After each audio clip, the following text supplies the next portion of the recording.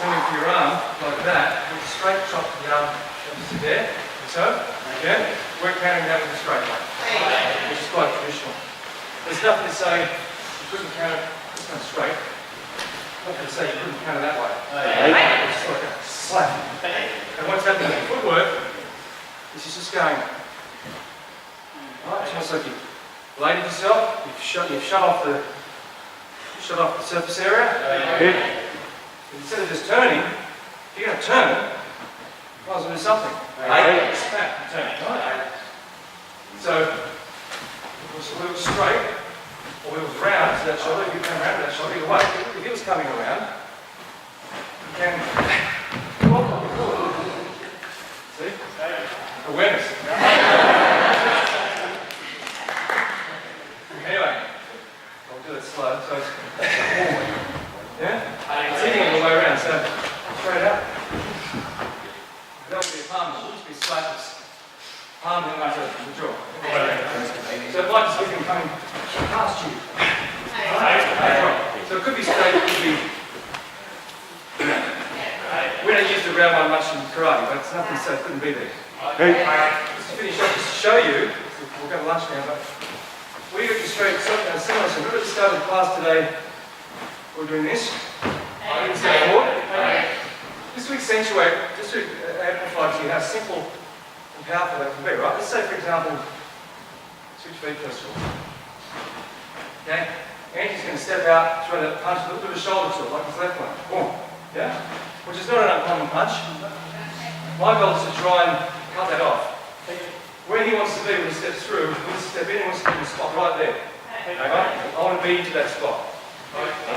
Using my speed. Now if I want to take off, if I'm standing tall, in the wrong kind of stance, if I'm deep, and I push off, get that leg straight, I don't move forward, long and low, I'm probably not going to get to that spot first. What I practiced earlier is not just about making the cut look pretty, it's about getting to that spot first.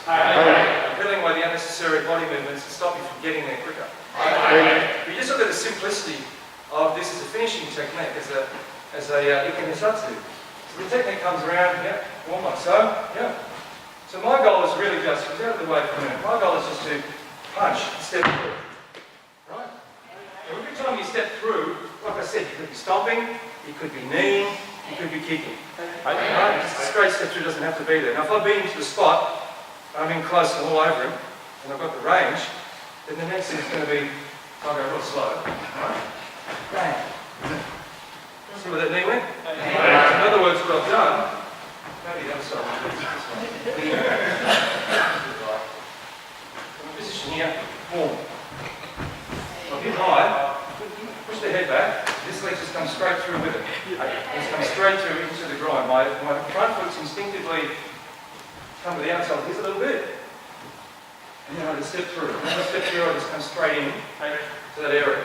Yeah? Straight kick off from there. So it's in, bang, straight in, it's palm heel, boom, just punch and step through. That should be finishing technique. So pick him off, hit him right in the chin or right in the face, and I just follow through with the knees, and it's a natural movement. It wasn't punch and pull back, it was boom, and step through. Yeah, the push is worse, and you just shred it through the knee. You can kind of see, if you picked it right. Again, you've got to pick it right, but that's just timing. By the way, if someone was posturing like they're going to throw it, maybe I'd open up a can of sessio myself, right? And I'm not waiting. Bang! Straight through. Just simple. Strike, knee, land. Guarding position. Hands between me and him. Where I land. Right out here. No, strike, boom. My hands are here when I land. Right in front of me, right? If it was the other side. Let's say he had his left foot forward, I'm still left foot forward here, he's going to throw that one. This way, right? Okay? I'm going to still try, I can still do the same one. Now, if you went that way, it might be good for me to do that. Yeah? Because I'll get there first. Right? I can tuck my shoulder a little bit and hit. So that's probably that's a great spot to do it. But if I want to do my yakuza, if I want to sort of step through and get out to the side of him here, and get off the lane, come straight and then veer off to the side of him here. You can use the rear hand. If you decide that's what you're going to do, that's what you're going to do. Because I've decided, you're here, I'm going to use this hand. I'm going to throw that one, Got that one? I'm going to this hand, I'm so sure of it, this is ready to go. My whole intention is for that to happen. I have to, right? Let's go slow. But basically what's happening is here comes through the punch. I punch, so I punch, and I step through. Remember we talked about punching and stepping through earlier? So I punch, step through, then the knee comes in. It's like doing this, it's like saying punch, boom, boom. Punch, boom, boom. That second step through is really the knee up into the groin. It's just stepping through. But I'm not stepping through for nothing. If we're going to walk through, I might as well walk through his groin. Might as well just pound something out of the way and then step through. But don't step through for nothing. Don't step through with nothing. Don't yield with nothing. Always equal and opposite something or other, right? So you can see that, bang, straight in, right? Now if I have full extension and punch, step through and push, that was right into the groin. It's all happening at the same time that he thinks he's got me in that spot. You're all over him like a soup sandwich, right? Come straight through, you hit the first one, and you just decide I'm coming through. It's not like, it's not in, strike, back, it's boom, boom. It's using all the traditional stuff to throw your body weight forward. With control though, it's still there, there's still something happening. Bang, boom. You're still boom, through, push, and land. It's actually really, really simple, isn't it? Like, how easy is that? Punch, through, through. It can be a finishing technique if it's delivered at the right timing. But to get into that spot, all the stuff we talked about, the sink and drive, with no drawback, straight out. Right? Stepping through, low, all that's got to be there, otherwise you don't get to that spot. And as you go high up in your down grades, you want to be able to achieve the same end result, which is temporarily disabling your attacker with less techniques. And if you can do it with even simpler techniques, even better. Maybe when you're a brown belt or first year, you learn these new kicks, you do hook kicks, you do all sorts of stuff, and by the time you get to your third down and fourth down, I don't need that. It's all about curl you open, pull you apart, walk away, right? So it gets simpler. Doesn't mean you can never do those things, but from a fighting combat perspective, it can get simpler.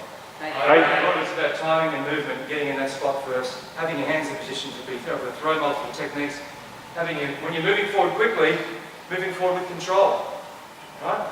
If I come in and strike, boom, boom, boom, I'm still low, I'm deliberately meaning to move forward into you. Right? If I didn't want to bring that knee, all I wanted to do was strike and get it to the outside. I've struck, I'm through it to the outside of it. So I'll kind of run off the side if I want to. If I want to keep going straight down the middle, just a natural progression. Go hit, go step forward, so did that. And then straight up the middle. Yeah? So whether it's left foot forward or his right foot forward, the technique we practiced in the line drill in class, very potent.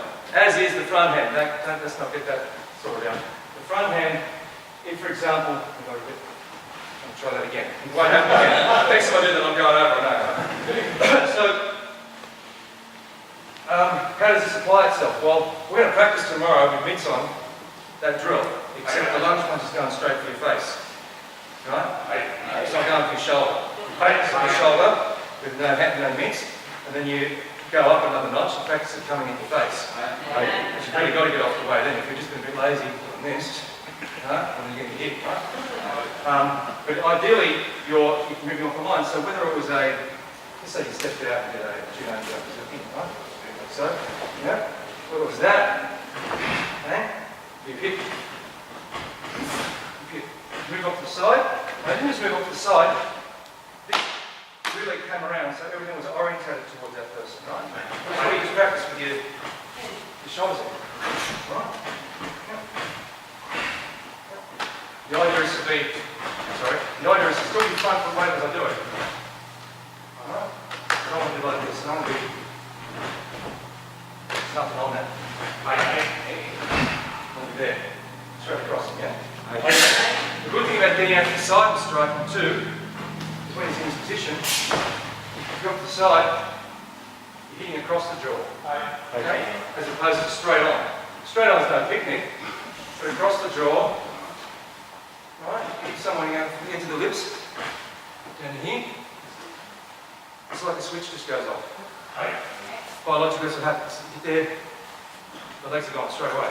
You'll be sitting down before you know it. Blow back that way is not good. Of course, I wouldn't want to cop that either. A whole bunch of other stuff you get hit. But across like that, you just literally be sitting on your butt between up. It's totally lights out, yeah? And then say boxing right on the button. That's the button. Right? The punches that go straight at boxing don't knock people out. That's why hooks knock people out. Across this way. That's why the right cross knocks people out. Not the straight right, the right cross knocks people out. Because it crosses from one side to the other. The hook knocks people out because it crosses like that. The straight rights and the straight left, sorry. Straight rights and straight left.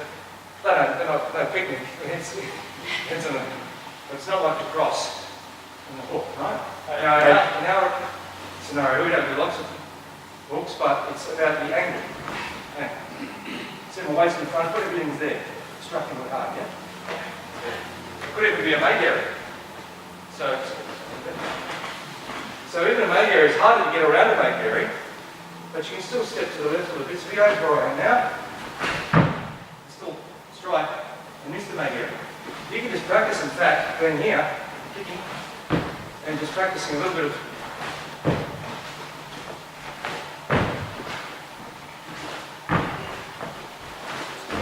practice is a little bit of moving the front foot a little, turning the rear, moving the rear leg slightly, just making no space. But so from there to there, I look like there's nothing. I'm side on. But where you were, I'm not side on. I'm front on. Right? So you can get over the top of that. Right? At the same time. Right? You hit and then you slip past. At the time he thinks his kick's going to come, yeah? That's where you take what we've just been doing to the next step, yeah? Some time to do that tomorrow with our mix on, just in case. Good. Everyone up?